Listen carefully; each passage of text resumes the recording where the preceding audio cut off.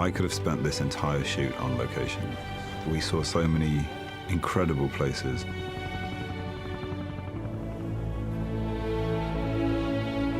I know I'm a Kiwi, but I have to say I cannot imagine making these films anywhere but this country.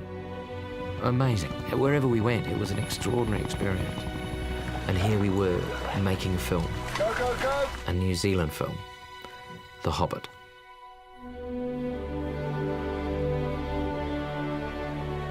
It's been thrilling to go back and go up and down both the main islands of New Zealand. And we began in Hobbiton. When we first discovered the location, Hobbiton, back in 1998, there were 3 geographical things that made us choose it as Hobbiton. We needed a distinctive tree set in rolling hillside, ideally with a little lake and a hill behind the tree rising up to give us the position of being. It looked like Hobbiton. You know, it just looked like a place where people actually lived and people worked. The highlights have definitely been watching Hobbiton from the air, which is something that I don't think was really done on Lord of the Rings. Seeing it like this kind of living model village is just extraordinary. The original Hobbiton set was built out of polystyrene, and even though we had to take it away, which I thought it was a shame, it actually wouldn't have survived. Of course, doing The Hobbit now, it gave us the ability to rebuild Hobbiton out of permanent materials. And it's been made to last out of materials that aren't going to deteriorate, and we can carry on showing people what's involved in making a movie. People who've seen the films can go and relive them by actually knocking on Bilbo's door. Or you can just look and see there's no having to finish the illusion. It's just here.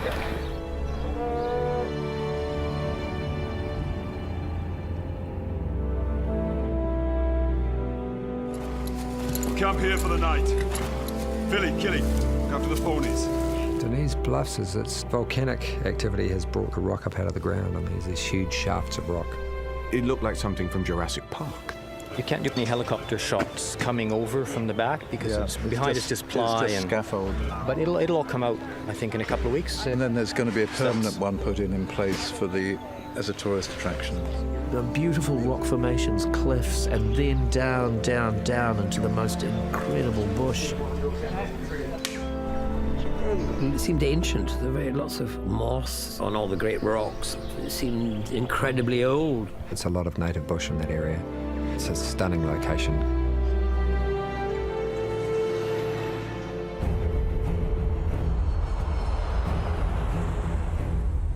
In this area, which is the Twizel area, we managed to get a bunch of shots up on a hill above Lake Pukaki. It was a beautiful vista, like it was long, wheaten-coloured kind of grass, and we'd be running through it and being chased by wargs. The landscape is really interesting geographically. We're being chased by these terrible monsters. It's just everything you could hope for in an epic adventure. I took a photo that I sent to some friends. Dwarves on vacation. And they refused to believe that this was an actual photograph, that I hadn't photoshopped it. That place doesn't exist. And I was standing it. Here we are at base camp, ready for the big push to Rangi, Mount Cook. Behind us here is Mount Cook, which is New Zealand's highest mountain. It's where Sir Edmund Hillary trained to climb Mount Everest. It's a little less than half the height of Everest, so he basically had to climb Mount Cook twice, and he sort of had practice for Everest, basically. Very, very beautiful, huge open spaces. Lovely wildflowers, I remember going along all the roads, like just all the kind of colours. We hit it at this time of year where these incredible variety of shades of purple lupins just, springing up everywhere. Nearly everyone on the crew has said it was like doing a recce for an amazing road trip they're going to do in the future. They always say don't leave home till you've seen the country. Now I've seen the country and I'm pretty blown away by it.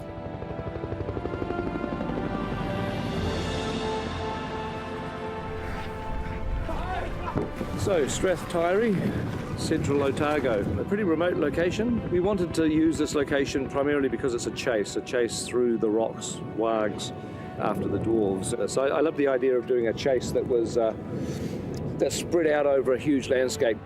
This is glorious about this place, is you can do 360 degrees. There's not a satellite dish in sight.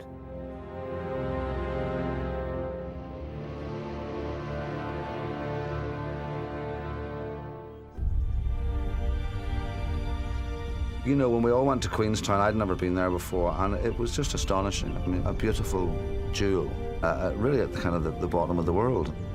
Queenstown, a famous holiday place here, but we escape the crowds and go up the lake and into the mountains, and that's perhaps my favourite spot. Earnshaw Burn was probably one of my favourite locations, a gorgeous alpine sort of valley surrounded by waterfalls. The place was alive with these incredible cascades. We're very lucky to go to some extraordinary locations.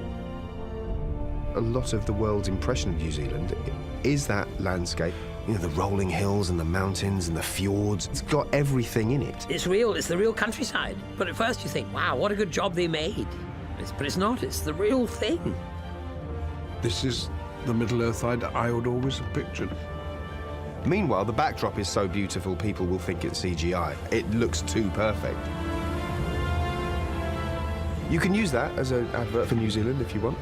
I mean, succinct, snappy, all positive, and cut. Brilliant, trademarked.